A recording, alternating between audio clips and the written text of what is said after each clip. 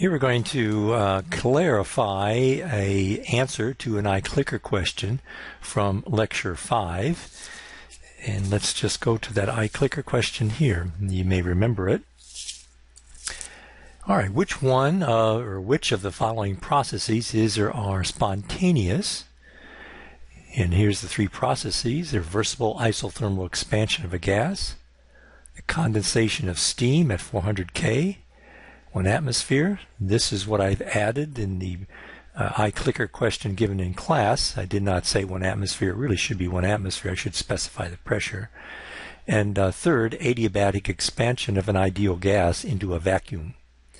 All right, so let's go each one of these and very carefully consider what's the system, what's the surroundings, look at heat transfer between system and surroundings, add those up and see whether the entropy of the universe increases. So in other words, what we have here is that the entropy of the universe, which we say is the entropy of the system, is the entropy change for some process, plus the entropy of the surroundings. If that sum is greater than 0, this implies that the process is spontaneous. So for this iClicker question, we're going to look at the change for each one of those three processes, the change in the entropy of the system, the change in the entropy of the surroundings, add those two up and see whether it's greater than 0. All right, let's look at the first one, reversible isothermal expansion of an ideal gas. All right, so let's draw. You're probably sick of these diagrams, but let's nonetheless do it one more time here. Okay, so there's the gas. That's our initial state. And we're going to take it by some process. We're going to expand this gas to a final state where now the volume has increased, expansion. This is the final. And we said it's an isothermal process, so this process occurs at constant temperature. And also we say it's a reversible expansion. So those are the conditions under which this volume increase occurs. All right, now let's calculate first the entropy change of the system for this. Recall that the entropy change of the system is defined as the heat transferred to or from the system in a reversible process divided by temperature. All right, so this is an isothermal expansion. Q reversible. Well, actually, just let me, we've probably done this enough, so just let me immediately cut to the chase here and say that this is equal to NR times the natural log of V2 over V1, where V2 is a final volume and V1 is the initial volume. Now note here that N is greater than 0. You can't have a negative number of moles. R is greater than 0. That's the gas constant. And V2 is greater than V1 because it's an expansion, which implies that the natural log of V2 over V1, the natural log of a number greater than 1, is greater than 0. So that's greater than 0, that's greater than 0, this is greater than 0. So the entropy change of the system is greater than 0. Okay, and it's in fact just equal to this. We're not given the initial and final volume, so we can't actually calculate that. But the entropy change of the system is NR times the natural log of V2 over V1, and we know that's greater than 0. Now let's look at the surroundings, delta S of the surroundings. Let's go back to our picture. So in this process, we transferred by a reversible process some heat into the system in order to expand it. It's constant temperature. So some heat is transferred into the system here and going from the initial to final state. That heat, since it's a reversible process, is the reversible heat transferred there. So that means that the surroundings, because it's a reversible process, lost just as much heat as was transferred into the system. So the loss of heat of the surroundings, all of that went into the system. So this will just be equal to minus dQ reversible. This is the heat that went into the system divided by temperature.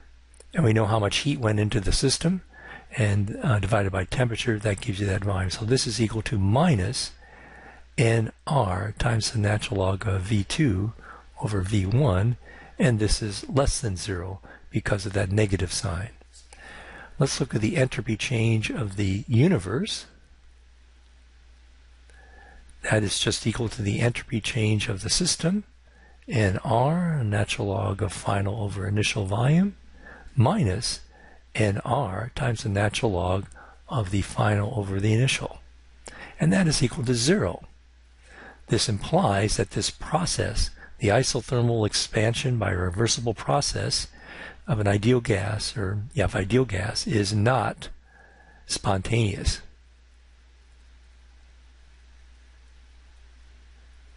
All right, why is that? Well, 0 is not greater than 0.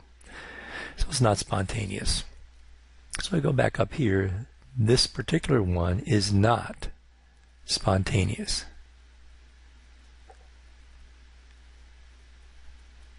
Now let's look at the second one here. Condensation of steam at 400 Kelvin and 1 atmosphere. That 1 atmosphere I've added for this. All right, well, let's go back up here. This is for process 2. Let's write that in terms of a chemical reaction, H2O, which is now a gas at 400 Kelvin. This now condenses to water, liquid, at 400 Kelvin. Is this process spontaneous? Well, we know by everyday experience that the boiling point of water is 373 Kelvin, so this process occurs at the temperature above the boiling point of water at 1 atmosphere. So that's why I had to add this 1 atmosphere here to make sure that that was the boiling point of water, that it was above. You could increase the temperature. You could increase the temperature or increase the pressure, and maybe this wouldn't be true. But so at 1 atmosphere pressure, then the boiling point of water is 373. This is above 373. So in fact, you wouldn't expect gas to go to liquid spontaneously. You'd expect just the opposite, that the liquid would spontaneously vaporize to gas because you're above the boiling point at 1 atmosphere. Okay, so we're expecting that delta S for this process will not be spontaneous. Delta S will not be greater than 0. All right, so with this process, let's calculate delta S of the system. That, remember, is Q reversible, how much heat you put into or took out of the system by a reversible process, divided by temperature. And we know from experience this is not a reversible process. This just happens no matter what. In fact, the reverse just happens no matter what. So what we have to do is to take our initial state here, initial state of water, put it in the final state by a reversible process. So let's do this like this. Let's cool this off, still maintain a gas, to the boiling point of water. So this is H2O, still a gas, but at 373 Kelvin. There, we're right there now. And now, in a reversible process, we're going to have a change of phase. This will be H2O liquid at 373. So recall, phase change of the phase transition temperature is a reversible. You can look at that as a reversible process. Then we're going to take the liquid water 373 and heat it back up to 400. So let's call this delta S1, call this delta S2, and call this delta S3. So by going from our initial state to the final state by reversible steps, the Q, we keep track of the Q for there, divide by T, we can figure out what the entropy change is. So this would be, for this diagram, delta S1, first step, plus the entropy change of the second step, plus the entropy change of the third step. All right, well, we know how to calculate entropy changes when you change the temperature. It's just NR times the natural log of the temperature ratio. Right, so let's just do that. So for that first step, where we're just changing the temperature, delta S1, that's equal to, I'm sorry, not NR, it's equal to the heat capacity.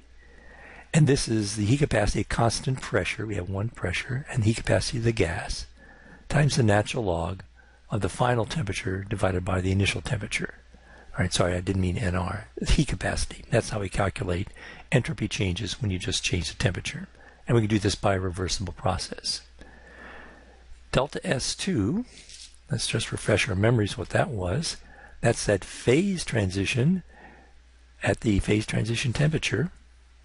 So that's just equal to the enthalpy of vaporization with a minus sign there, divided by temperature. Why is that minus sign there?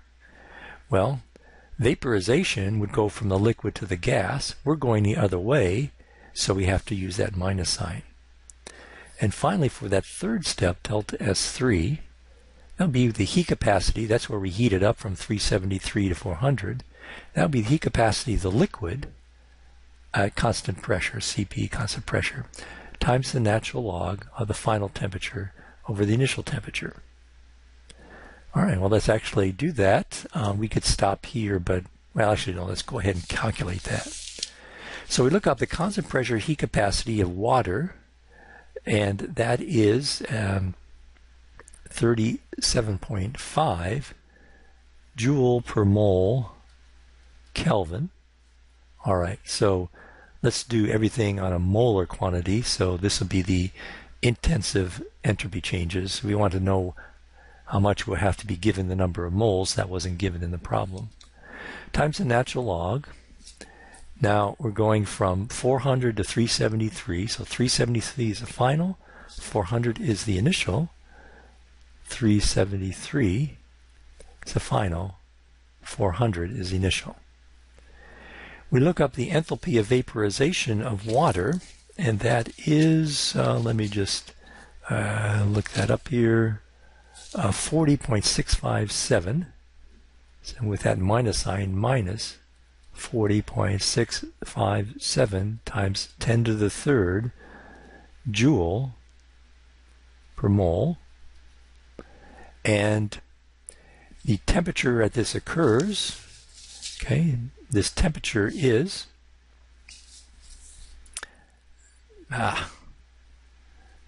temperature is the phase transition temperature, 373. This is 373 Kelvin. And finally, we look up the heat capacity of liquid water, and we find that is, what did I find out? 75.3 joule per mole Kelvin. And now we're changing the temperature back up to 400. That's the final. And we started at 373. So there's a calculation of those. And so we put all of this, so delta S of the system, we put all these things in the calculator and multiply them out and so on. And what I get is minus 177.5 joule per Kelvin. And as we expect, we're taking a gas and making it into a liquid, and the entropy change we expect will be negative because the liquid has lower entropy than the gas, and that's exactly what we find, minus, and there's that number. All right, now let's look at surroundings. Delta S of the surroundings will be the actual heat transferred divided by T, not by a reversible process, but how much heat was transferred by the real irreversible process. Okay? So this is the process where we want to calculate the heat released in this irreversible process. So what we have is essentially the enthalpy of condensation of water at 400 K.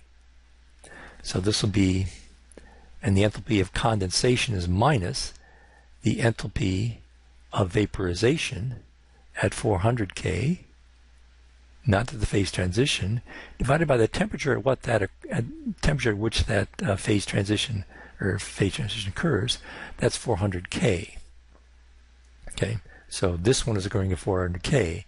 Whereas by this reversible process, we were happy down here because we got a reversible process. This happens at 373. All right. So, how are we going to calculate this? Well, it so happens that the enthalpy of vaporization depends on temperature. So here the enthalpy of vaporization was minus, or so 40.657. What is it at 400? Well, let's just see if we can find that on the internet. Yeah, here it is. Enthalpy of vaporization of water as a function of temperature. Let me make that a little bigger. Okay. Maybe a little bit bigger. And that's probably too big. All right, so let's take a look at the numbers here. Here it is. There's the reference if you want to actually look it up in the book. Maybe you probably don't know what books are, but there used to be things that people read in order to understand things before the internet came along. They're on essentially printed words on pieces of paper. Anyway, you can look this up in the book, but here it is on the internet, so we don't need books anymore. All right, so here we are, the temperature in degrees C, and this is the enthalpy of vaporization. So 0 goes up here. See, the enthalpy of vaporization drops as you increase the temperature. Going up to higher temperature, enthalpy of vaporization drops.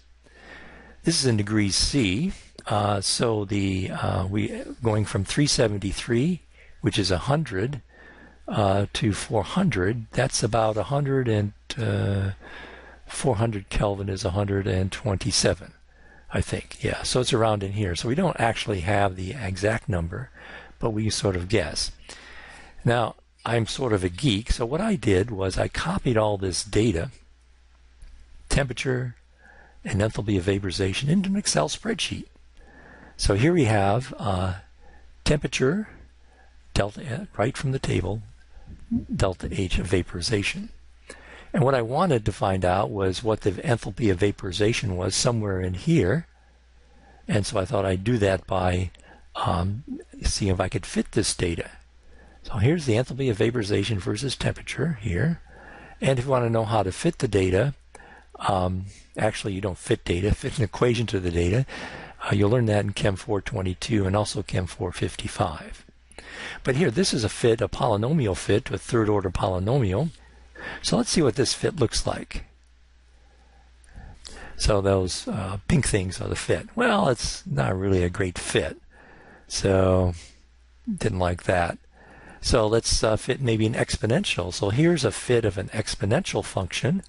The idea is to get some sort of description of the data so that we can get a good description of things, data points are not listed. That's a little better function, the exponential, but it doesn't quite, it's not good enough for me. So what I did was I gave up on that, and hey, let's just do a linear. So it turns out if you maybe you know it, if you take data points close enough together, you can always approximate it as a linear function. So here the 3 data points near 127 is what we want, 127 Celsius. 1, 2, 3. There's the enthalpy of vaporization. Hey, that looks like a pretty good line. So what we're going to do is fit that to a straight line and interpolate between 120 and 140 to get 127. So I fit that straight line. Excel gives me, this is a slope, the intercept. So I put in 127 here. And this is the enthalpy of vaporization at 127 Celsius or 400 C. So this is the number we're going to use. That's what a geek does in his or her spare time. So minus, what did we say, 39.302 times 10 to the third, that's joule per mole, divided by 400 Kelvin.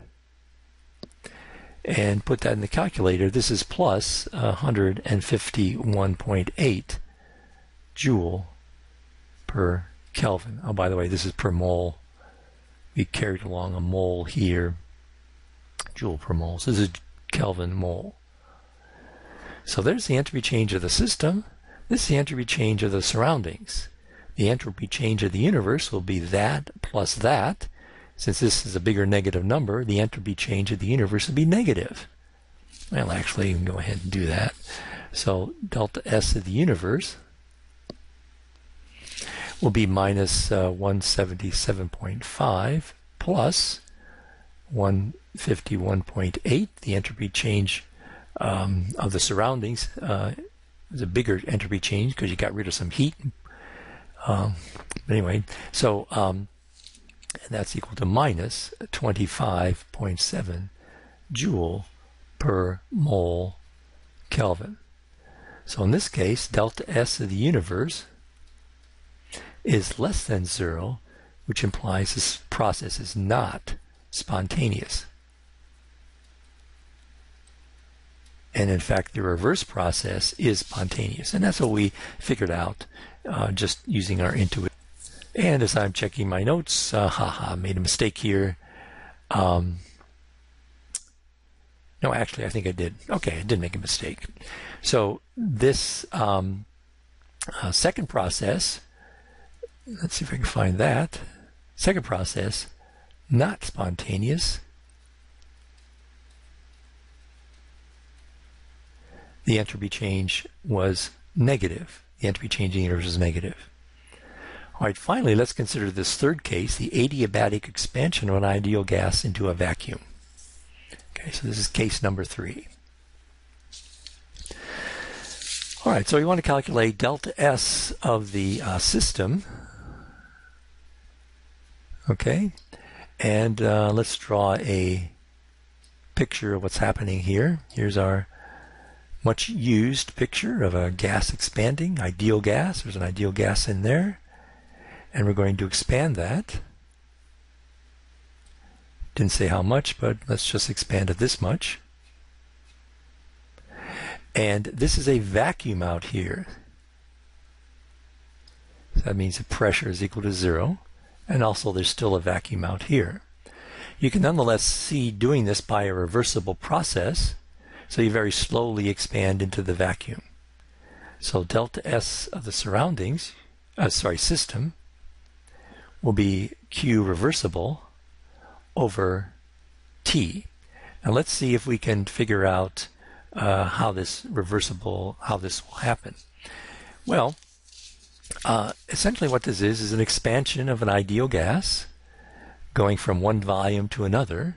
And we know by now that that's equal to NR, number of moles, times gas constant, times the natural log of the final volume over the initial volume. Okay. Now let's look at delta S of the surroundings. That's equal to Q in this process, the surroundings, divided by temperature. Oh, look at this. One thing let's be more explicit. This is adiabatic ideal gas. This is adiabatic. Adiabatic means that Q transferred to the surroundings is equal to 0. Adiabatic means this is insulated, so there's no way to get heat transferred into the surroundings. So this means that Q transferred into the surroundings for this adiabatic is equal to 0. So now we look at delta S of the universe. That's equal to the system NR times the natural log of V2 over V1 plus 0. And since V2 is greater than V1, it's an expansion, and these are greater than 0, this is greater than 0. Aha! So this implies this adiabatic expansion of an ideal gas into a vacuum is spontaneous. All right, so there is one spontaneous process. So this is spontaneous. All right, so the correct answer to this clicker question is C. Only 3 is spontaneous. All right, so I hope that clears things up.